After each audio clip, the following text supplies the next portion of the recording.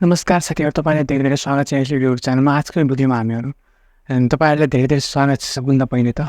अनि त्यसपछि आजको यो भिडियोमा हामीहरु एउटा नयाँ चीजको बारेमा सिक्नेवाला छौं। आज हामीहरु लर्न गर्नेवाला छौं नेपालमा सबभन्दा इम्पोर्टेन्ट, वर्ल्डमै सबभन्दा इम्पोर्टेन्ट स्किल भनेको के हो र त्यो कहाँबाट सिक्न सकिन्छ, कसरी सिक्न सकिन्छ भन्ने कुरा गर्नेवाला छौं आजको यो भिडियोमा।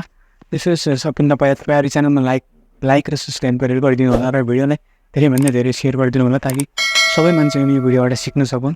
सबभन्दा पहिले अब लेट्स रोल द इन्ट्रो। त्यसपछि गाइज अब भन्नुपर्दा हामीहरूले नेपालमा र वर्ल्डमा भन्ने हो भने सबभन्दा टप 5 स्किलका नाम लिन्छु म अहिले। टप 5 स्किल जो हामीहरूलाई चाहिन्छ नै चाहिन्छ। अब सबभन्दा टप 5 स्किल भन्दाखेरि म फिफ्थमा चाहिँ एन्ड्रोइड एप डेभलपमेन्टले राख्छु। किनकि एन्ड्रोइड एप डेभलपमेन्टमा राख्छु र यसको तलब भनेको चाहिँ तपाईँहरू नेपालमा त कमै होला, किन नेपालमा केहीको पनि तलब छैन, ठिक्कै त्यो थाहै छ। सरकारी बाहेक कुनै तलब छैन नेपालमा। विदेशमा हेर्ने हो भने विदेशमा लाखौँमा तलब हुन्छ, लाखौँभन्दा पनि बढी हुन्छ, 2-3 लाखभन्दा बढी हुन्छ तलब भएको नेपाली रुपियाँ। अनि पछि म चौथोमा iOS एप डेभलपमेन्टमा राख्छु म। iOS एप डेभलपमेन्टमा राख्छु किनभने त्यो iOS एप डेभलपमेन्टमा हामीहरूलाई 3 देखि 4 लाखसम्म कस्ट त्यो प्राइस मिल्न सक्छ, स्यालेरी मिल्छ मन्थलीमा है। अझ अनि पछि तपाईँहरू यसले गर्दा गुगल तिनीहरू जस्तो ठुल्ठुलो कम्पनीलाई पनि क्र्याक गर्न सक्नुहुन्छ आफ्टर फिनिसिङ ब्याचलर इन्जिनियरिङ। अनि पछि तेस्रोमा म राख्छु भन्दाखेरि तेस्रोमा हामीहरू राख्छौँ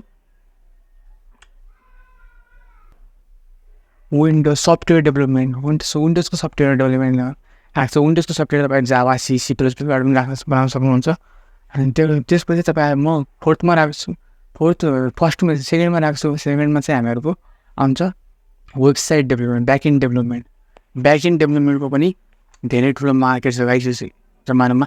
हेर्नुहोस् फ्रन्टियर छ, एआई पनि गर्न सक्छ। किनकि च्याटजिपिटीमा यो कोड हान, यसको लागि CSS बनाइदिए, रेस्पोन्सिभ बनाइदियो भनेपछि च्याटजिपिटी बनाइदिन्छ, बार्ट पनि बनाइदिन्छ।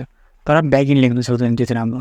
ब्याकएन्डमा मान्छेको लजिक राख्छौँ, लजिक मान्छेको भने चाहिँ ब्याकएन्डको लागि तपाईँहरूले मार्केटमा धेरै डिमान्ड छ। किनकि त्यसलाई एआईले पनि रिप्लेस गर्न सक्दैन। अब टपमा आउने भनेको हाम्रो फुल स्ट्याक डेभलपर हो, जसले ब्याकएन्ड पनि आउँछ, फ्रन्ट एन्ड पनि आउँछ, अलराउन्ड हुन्छ त्यो त्यसलाई। तर ब्याकएन्ड त्यसले अहिले बढी आउनु पऱ्यो, त्यसले ब्याकएन्ड र फ्रन्ट एन्ड सब आउनु पऱ्यो। फ्रन्ट एन्डमा जाभास्क्रिप्ट, CSS, तिनीहरू रियाक्ट तिनीहरू सब आउनु पऱ्यो त्यसलाई। भनेपछि ब्याकएन्डमा पनि त्यसलाई कुनै एउटा प्रोग्रामिङ ल्याङ्ग्वेज आउनु पऱ्यो। प्रोग्रामिङ ल्याङ्ग्वेजबाट त्यसले ब्याकएन्ड लेख्न सक्नु पऱ्यो। ब्याकएन्डमा हामीले त्यो अलग गर्नु सक्छ। जस्तै कुनैले एपिआई युज गर्छ, हामीहरू एपिआई भन्दा पनि तपाईँलाई थाहा छैन भने तपाईँ कमेन्ट गर्नु होला, म त्यसको बारेमा पनि डिटेल भिडियो बनाउँछु। अब सबभन्दा पहिले म यसमा चाहिँ फर्स्टको बारेमा भन्नेवाला छु। फर्स्टवाला स्किलले तपाईँहरू कसरी सिक्न सक्नुहुन्छ, किनकि त्यो टप स्किल हो, नेपालमा पनि छ, त्यो नेपालमा पनि धेरै मार्केट छ दिएको। अब त्यसको भन्दाखेरि कि त्यो तपाईँहरू वेबसाइट बनाउने काम वर्डप्रेसबाट गर्नु सक्नुहुन्छ। वर्डप्रेस भन्ने थाहा छैन भने तपाईँहरूले त्यो एउटा PHPमा बनेको एउटा सिस्टम हो, जसले तपाईँहरूलाई वेबसाइटहरू बनाउनलाई इजी गर्छ। वेबसाइटहरू त्यहाँबाट इजिली बन्छन्, तपाईँहरू हेर्न सक्नुहुन्छ। त्यसको बारेमा मैले यसको थीमहरू बनाउने कोर्स पनि लागेको छ, 2-3वटा भिडियो हालेको छु, त्यो लिङ्क डिस्क्रिप्सनमा हालिदिनु, तपाईँहरू हेर्न सक्नुहुन्छ। अनि पछि कि चाहिँ तपाईँहरूले प्रोग्रामिङ सिक्नुपर्छ। प्रोग्रामिङ सिक्नलाई तपाईँहरूलाई एक महिना जति HTML CSS जाभास्क्रिप्ट दिनुपर्छ। अनि 2-3 महिना जति ब्याकएन्ड ल्याङ्ग्वेज दिनुपर्छ। ब्याकएन्ड ल्याङ्ग्वेज जस्तै पाइथन, जाभास्क्रिप्ट अनि PHP, तिनीहरू PHP पनि छ धेरै, तिनीहरूले तपाईँहरूले सिक्नुपर्ने हुन्छ। अनि यदि तपाईँहरू वर्डप्रेसमा जानुहुन्छ भने वर्डप्रेसमा चाहिँ तपाईँहरू 1 महिनामा पनि राम्ररी सिक्न सक्नुहुन्छ। SEO अप्टिमाइजेसन, वर्डप्रेसलाई कसरी चलाउने, कसरी म्यानेज गर्ने तपाईँहरू चाहिँ सिक्न सक्नुहुन्छ। त्यो चाहिँ एकदमै राम्रो हुन्छ तपाईँ यदि सिके। अनि यो सिक्नको लागि तपाईँहरू के गर्न सक्नुहुन्छ, त्यो क्वेसन हुन्छ तपाईँहरूको मनमा। म ब्याकएन्डको लागि त म भिडियोहरू ल्याउँदै गर्छु, ब्याकएन्डको मैले कोड पनि हालेको छु PHPमा, नयाँ कोर्सेसहरू पनि ल्याउँछु ब्याकएन्ड सिक्नको लागि, फुल स्ट्याक डेभलपको लागि। अहिले वर्डप्रेसको लागि भन्ने हो भने हाम्रो विश्वनाथ पौडेललाई तपाईँहरूलाई थाहै होला, च्यानलको लिङ्क म डिस्क्रिप्सनमा हाल्दैन, हेर्न सक्नुहुन्छ। तिनले एउटा कोर्स ल्याएको छन् मणिमित्रमा तिनले कोर्स ल्याएको छन्। त्यो कोर्समा तिनले वर्डप्रेसलाई कसरी युज गर्ने, वर्डप्रेसबाट कसरी डेभलपर भन्ने 15 देखि 35 हजारसम्म कसरी तलब खाने त्यो कोर्स सिकाएको छ। र त्यसको लिङ्क म डिस्क्रिप्सनमा हालिदिन्छु, तपाईँहरू त्यहाँबाट राम्ररी सिक्न सक्नुहुन्छ। मैले अहिले कोर्स ल्याएको छैन, त्यसले म उनको लिँदैछु। म पनि आफ्नो कोर्स ल्याउँछु बिस्तारै। अहिले टाइमको कमी भएकोले म आफ्नो कोर्स ल्याउन सक्दैन।